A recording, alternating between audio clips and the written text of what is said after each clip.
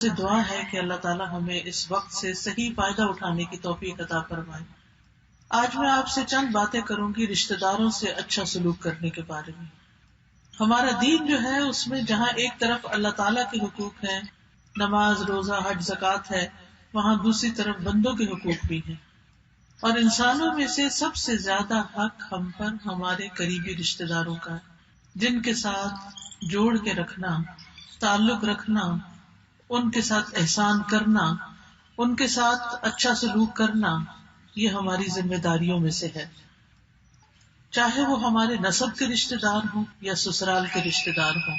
دونوں طرف ہی ہماری کوشش یہ ہونی چاہیے کہ ہم ان کے ساتھ اچھا سلوک کریں، کیونکہ قرآن مجید میں اللہ سبحانہ وتعالیٰ نے بھی ہمیں اس کا حکم دیا ہے، اور رسول اللہ صلی اللہ علیہ وسلم نے بھی اس کے بارے میں بہت تاکید فرمائی ہے۔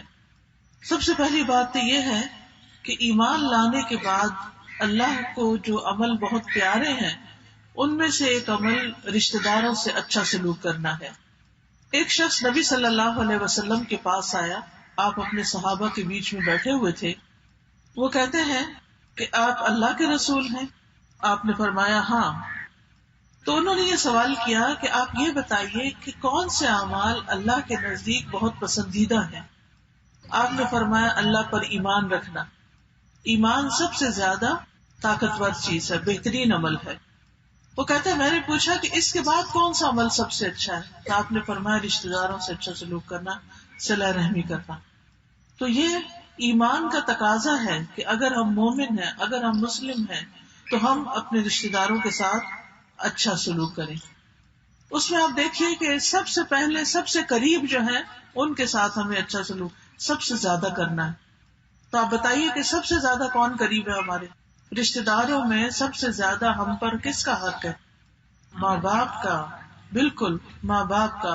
اللہ تعالیٰ اپنے حق کے بعد ہمیں بتاتے ہیں کہ ہم ماں باپ کے ساتھ اچھا سلوک کریں، وَبِالْوَالِدَيْنِ احسانا، والدین کے ساتھ ہم احسان کریں۔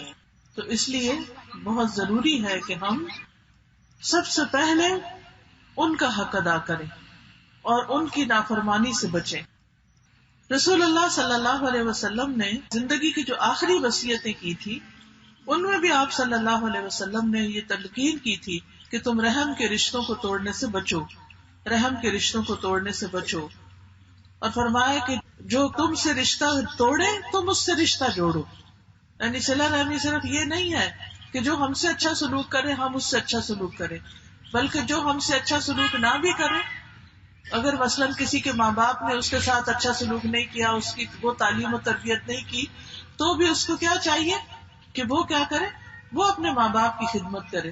اگر وہ بوڑھے ہیں، ان کو ضرورت ہے، تو وہ ان کے پاس ان کا حق دے۔ یہ نہیں کہنا چاہیے چونکہ ماں باپ نے ہمیں بچپن میں نہیں دیکھا یا ہمارا خیال نہیں کیا تو اب ہم بھی نہیں کرتے۔ نہیں، بدلہ نہیں لینا، کیونکہ ماں باپ بھی انسان ہے، ان سے بھی غلطی ہو سکتی ہے، ان سے قصور ہو سکتا ہے، کوتاہی ہو سکتی ہے۔ پھر اسی طرح یہ ہے کہ وَاعْبُدُوا اللَّهَ وَلَا تُشْرِكُوا بِهِ شَيْئًا وَبِالْوَالِدَيْنِ إِحْسَانًا وَبِذِي الْقُرْبَى وَالْيَتَامَى وَالْمَسَاكِينِ۔ ماں باپ کے بعد باقی جو رشتہ دار ہیں ان کا حق آتا ہے۔ ماں باپ کا الگ سے نام لیا گیا ہے وَبِالْوَالِدَيْنِ، لیکن اس کے بعد جو باقی رشتہ دار ہیں ان کا نام نہیں ہے۔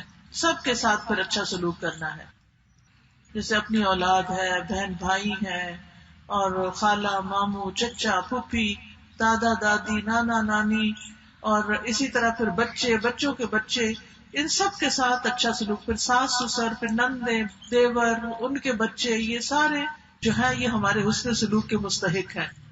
ان کی ضروریات پوری کرنا جو ہے، یا ان کے کام آنا، یا ان کی مشکلات کو سننا اور ان کو حل کرنا، یہ بھی ہم پر لازم ہے۔ ابن عمر کہتے ہیں کہ ایک آدمی نبی صلی اللہ علیہ وسلم کے پاس آیا، اس نے کہا اللہ کے رسول کون سے لوگ اللہ کو زیادہ محبوب ہیں؟ تو آپ نے فرمایا وہ لوگ جو لوگوں کے زیادہ فائدے کے ہوں، جو لوگوں کو فائدہ پہنچائیں۔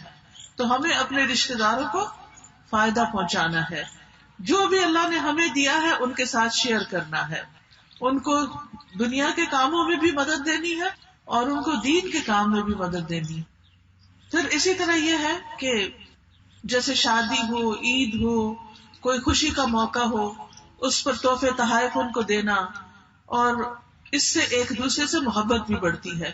رسول اللہ صلی اللہ علیہ وسلم نے فرمایا تہادو تحابو، تم ایک دوسرے کو ہدیہ دیا کرو، اس سے آپس میں محبت پیدا ہوگی.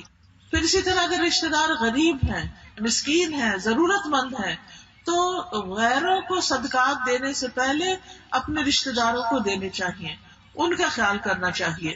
پھر اسی طرح اگر ہمارے پاس مال نہیں ہے، علم نہیں ہے، ہم وہ نہیں دے سکتے، تو پھر کیا کریں؟ سلام کے ذریعے رشتوں کو جوڑیں. کوئی نہیں، کبھی فون کر لیا، کبھی میسج بھیج دیا، کبھی خود ملنے کے لیے چلے گئے، کیونکہ نیکی اچھے اخلاق کا نام ہے، اور اچھا اخلاق قیامت کے دن میزان میں سب سے بھاری نیکی ہوگی. پھر اسی طرح اگر کوئی کسی رشتہ دار سے ناراض ہو جائے تو یہ نہیں کرنا چاہیے کہ اب میں اس سے بولوں گا نہیں. اگر قسم بھی کھا لی ہو کہ میں آج کے بعد اس سے نہیں بولوں گا، تو بھی اس قسم کو توڑ دینا چاہیے، کیونکہ ایسی قسمیں جو ہیں وہ پوری نہیں کی جاتی. پھر اسی طرح جن رشتہ داروں سے اللہ روک دے کہ ان کے لیے استغفار نہیں کرنی، یعنی ان کے ساتھ نہیں تم نے مرنے کے بعد یعنی دعا کرنی، تو اس سے بھی رک جانا چاہیے، کیونکہ اصل نیکی جو ہے وہ اللہ کے حکم کی اطاعت ہے. رشتہ داروں کا حق دنیا میں بھی ہے، اور جو وہ مر جائے ان کے لیے بھی ہے، لیکن وہ جو اللہ کی نافرمانی میں یا شرک کفر کرتے ہوئے مرے تو ان کا پھر حق ختم ہو جاتا ہے. جب ہم رشتہ داروں کا حق دیتے ہیں اور ان کے ساتھ اچھا سلوک کرتے ہیں تو اس کے ہمیں کیا فائدے ہوتے ہیں؟ اس میں سب سے پہلی بات تو یہ کہ صلہ رحمی سے عمر میں برکت ہوتی ہے، رزق زیادہ ہوتا ہے. یعنی حدیث میں آتا ہے کہ نبی صلی اللہ علیہ وسلم نے فرمایا جس شخص کو پسند ہو کہ اس کے رزق میں وسعت ہو اور اس کی عمر زیادہ ہو، عمر لمبی ہو، تو وہ رشتوں کو جوڑ کے رکھے. ہم میں سے کون نہیں چاہتا؟ ہم میں سے ہر ایک چاہتا ہے کہ اس کی عمر لمبی ہو، زیادہ دن دنیا میں جیے، اور ہر ایک ہم میں سے یہ چاہتا ہے کہ ہمارے رزق میں اضافہ ہو. تو ایسی صورت میں کیا کرنا چاہیے؟ رشتہ داروں سے اچھا سلوک کرنا چاہیے. پھر اسی طرح جس نیکی کا اجر بہت جلدی ملتا ہے وہ صلہ رحمی ہے. یہاں تک کہ کچھ گھرانوں کے لوگ بہت نیک نہیں بھی ہوتے، لیکن وہ رشتہ داروں سے اچھا سلوک کرتے ہیں، جس کی وجہ سے ان کے مال بھی بڑھ جاتے ہیں اور ان کے افراد میں بھی کثرت ہو جاتی ہے، مال میں بھی اضافہ ہو جاتا ہے. پھر اسی طرح رشتہ دار کو صدقہ دینے کا دوہرا اجر ملتا ہے. یعنی اگر آپ کسی باہر کے غریب مسکین کو دیتے ہیں تو 1 گنا ثواب ہے، لیکن اگر اپنے رشتہ دار کو دیتے ہیں تو 2 گنا ثواب ہے. پھر اسی طرح یہ ہے کہ یہ جنت میں لے جانے والا کام ہے. حضرت ابو ایوب انصاری سے روایت ہے کہ ایک شخص نے نبی صلی اللہ علیہ وسلم سے سوال کیا کہ اے اللہ کے رسول، مجھے کوئی ایسا کام بتائیں کہ میں جنت میں چلا جاؤں. آپ کو ہے شوق جنت میں جانے کا؟ جنت کہاں ہے؟ جنت کدھر ہے؟ اللہ کے پاس ہے. ٹھیک ہے، ہمیں یہ نہیں پتا کہ کس آسمان پہ ہے یا کون سی زمین پہ ہے یا کون سی جگہ پر ہے. اللہ کی کائنات بہت وسیع ہے اس میں، لیکن یہ کہ اللہ نے جنت بنائی ہوئی ہے، یہ یاد رہنا چاہیے. ٹھیک ہے، تو جنت جو ہے اس کا شوق کس کس کو؟ بس باقی سب کو نہیں. جنت میں جانے کا شوق کس کس کو ہے؟ سب کو ہے. الحمدللہ، اللہ ہم سب کو جنت الفردوس عطا کرے. تو ایک شخص نے پوچھا میں جنت میں کیسے جا سکتا ہوں، مجھے جانے کا شوق ہے. کسی نے کہا اسے کیا ہو گیا، یعنی یہ کیسا سوال کر رہا ہے؟ نبی صلی اللہ علیہ وسلم نے فرمایا یہ صاحب حاجت ہے اور اسے کیا ہوا ہے، اور اس کو بتایا کہ اللہ کی عبادت کرو، اس کے ساتھ کسی کو شریک نہ بناؤ، نماز پڑھو، زکوٰۃ دو اور رشتہ داروں سے اچھا سلوک کرو، تو تم جنت میں چلے جاؤ گے.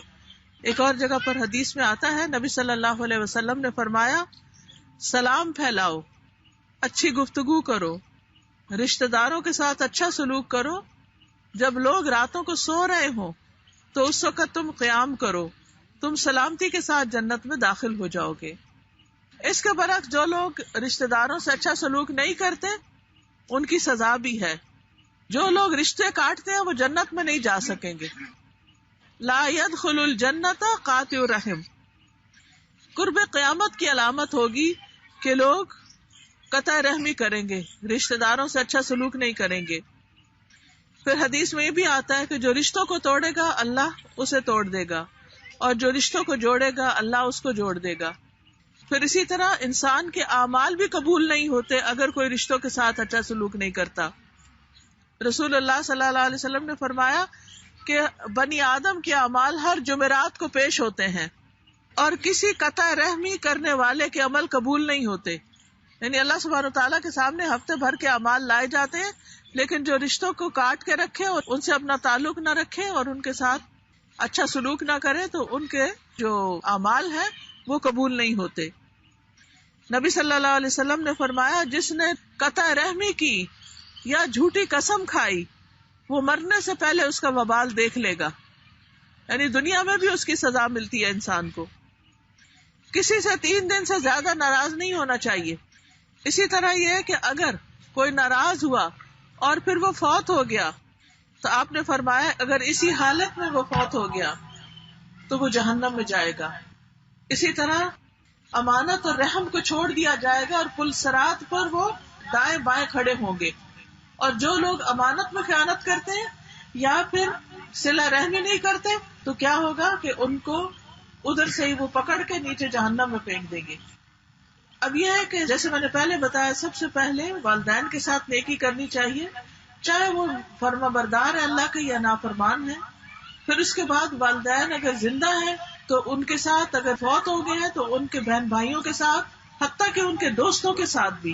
اس کے بعد شوہر اور بیوی کا ایک دوسرے پر حق آتا ہے، انہیں چاہیے کہ ایک دوسرے کے ساتھ احسان کریں.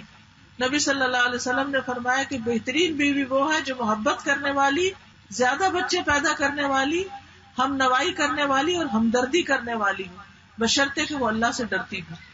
یعنی ایک اچھی بیوی کی خوبی بتائی گئی ہے.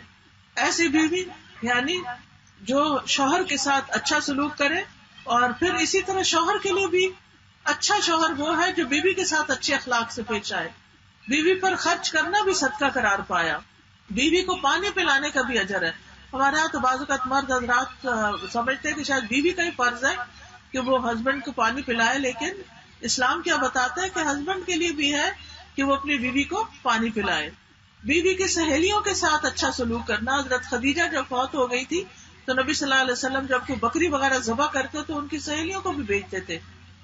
پھر اسی طرح رشتہ داروں کے ساتھ جو اچھا سلوک ہے اس میں آتا ہے خندہ پیشانی سے ملے. کوئی آئے تو کھلے دل سے اس کو ملے، ان کے حق میں دعائیں کریں، ان سے ملاقات کو جائیں، ان کو تحفے تحائف دیں، ان پر خرچ کریں، ان کے ساتھ شفقت اور نرمی سے پیش آئیں، ان کے ساتھ کھلے دل سے خوش اخلاقی سے ملے، ان کا احترام کریں. یعنی ہر وہ کام کرے کہ جس سے رشتے جو ہیں وہ قائم رہیں، ناراضگیاں نہ بڑھیں. پھر جو رشتہ دار ناراض بھی ہو جائے اس کو بھی کچھ دیں. یعنی پوشیدہ دشمنی رکھنے والے، حسد کرنے والے رشتہ دار کے ساتھ بھی اچھا سلوک کریں. ہو سکتا ہے کہ وہ اپنے اس سے باز آ جائے. پھر اسی طرح یہ ہے کہ اگر وہ دور کے بھی رشتہ دار ہیں، یعنی کئی نسلوں کے بھی دور کے، تو ان کے ساتھ بھی اچھا سلوک کرنا ضروری ہے. اللہ تعالیٰ سے دعا ہے کہ اللہ تعالیٰ ہمیں اس پر عمل کی توفیق عطا فرمائے. وآخر دعوانا ان الحمد للہ رب العالمین. اب چونکہ نماز کا وقت بھی قریب ہے تو میں چاہوں گی کہ اگر آپ کچھ کہنا چاہیں، کوئی بات پوچھنا چاہیں تو آپ پوچھ سکتے ہیں، ورنہ یہ کہ آپ نماز سے پہلے اپنے گھروں کو پہنچ جائیں. جی اور کوئی بات کرنا چاہیں؟ استاد یہ میری ہیلپر ہے، آپ بتائیں نا مجھے. تو یہ فرسٹ ایئر کی طالبہ اور یہ اپنا جب آ جاتی ہے کالج سے تو پھر آ کے مطلب میرے سے مدد کرواتی ہیں. کچھ جو بالکل اسٹارٹ کے بچے ہیں جنہیں بالکل بھی پڑھنا نہیں آتا تو ناظرہ ان کو مطلب کرواتی ہیں، اور ساتھ میں بے اور یہ سب چیزیں. کیونکہ کچھ اسٹوڈینٹس ہمارے ایسے ہیں جو کلاس مطلب 6 تک کے بھی ہیں، اسکول میں جاتے ہیں، تو وہ پھر بور ہو رہے تھے تو ہم نے 2 کلاسیں کر لی. تو وہ بڑے بچے میرے پاس ہیں اور یہ چھوٹے پھر وہ ان کے پاس ہیں. تو الحمدللہ یہ جو آگے بیٹھی 4-5 رو ہیں یہ پوری، تو یہ سب اسٹوڈینٹس ہیں. اور وہ ادھر بیٹھی ہیں روبینہ. آپ تو یہ ہمارے باہر جو اسکول ہے جب سرکاری جو ہے تو یہ وہاں آتی ہیں پڑھانے کے لیے. تو جب انہیں بتایا کہ آپ آ رہی ہیں تو پھر یہ بھی آئی ہیں آپ سے پوچھنے. السلام علیکم. وعلیکم السلام. دین سیکھنے کے لیے تو محنت کرنی پڑتی ہے. بالکل. باقی ہمیں سیکھنے کا بڑا شوق ہے، آگے بڑھے آگے بڑھے آگے بڑھے، جتنا بڑھ سکے اتنا بڑھے، مگر ہر وقت یہی دعا ہے اللہ سے تو ہمیں کامیاب کرے اور سیدھے راستے پہ چلا. ابھی جب سے یہ کلاسیں شروع ہوئی ہیں کیا فرق ہے؟ نہیں، ہم تو کلاس میں نہیں آتے ہیں، ہم اپنے گاؤں میں، ہمارے باپ کا گاؤں، وہاں پڑھتے ہیں. جہاں استاد آتی ہے 3 سال سے ہمیں پڑھا رہی ہے. صحیح بخاری بھی لڑکیاں پڑھ رہی ہیں، حدیث بھی پڑھ رہی ہیں، صحیح قرآن شریف تشریح سے اور مانا سے پڑھ رہی ہیں.